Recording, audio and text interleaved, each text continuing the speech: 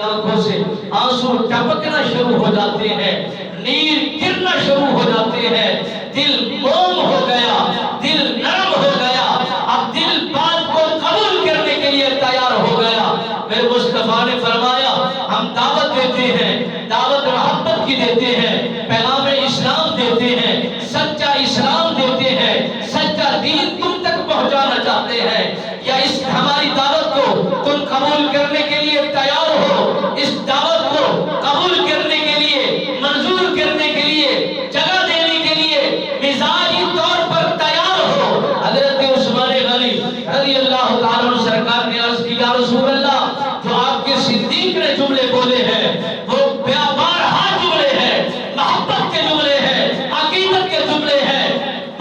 محبت بھرے جملے ہیں، مگر میں چاہتا ہوں جو ایک نگاہ آپ کے جمال کو دیکھ لے، مال بھی فدا کر دے گا، اولاد بھی فدا کر دے گا، تن من دھن سبھی کچھ فدا کرنے کے لیے تیار ہو جائے گا۔ یا رسول اللہ، آپ کی میں قربت میں آ چکا ہوں، اب بے وفا ہونا نہیں چاہتا، میں آپ کی محبت سے خالی رہنا نہیں چاہتا،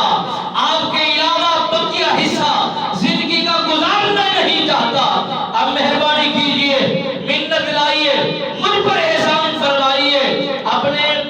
قلب کے ساتھ، اپنے سینے کے ساتھ میرے سینے کو مس کر دیجئے اور کلمہ طیبہ پڑھا دیجئے، اپنے ہاتھ پر میرے ہاتھ پر رکھ دیجئے اور گواہی پیش کر دیجئے کہ آج کے بعد عثمان آپ کا ہے، مال عثمان کا آپ کا ہے، شرم و حیا بھی آپ کا ہے، غلام بھی آپ کا ہے، وفادار بھی آپ کا ہے، حبدار بھی آپ کا ہے، کلمہ بھی آپ کا پڑھے گا، جو کچھ ہوگا ہر طرح کے ظلم کو سہنے کے لیے عثمان دھار کی طرح، پہاڑ کی طرح، نیزے کی طرح، دیوار کی طرح کھڑا رہے گا۔ مصطفیٰ نے دیر نہیں فرمائی، کلمہ طیبہ کا ورد پڑھایا اور پڑھ رہے ہیں اشہد ان لا الہ الا اللہ وحدہ لا شریک لہ واشہد ان محمدا عبدہ ورسولہ۔ حضرت عثمان غنی سرکار نے جب ورد پکایا،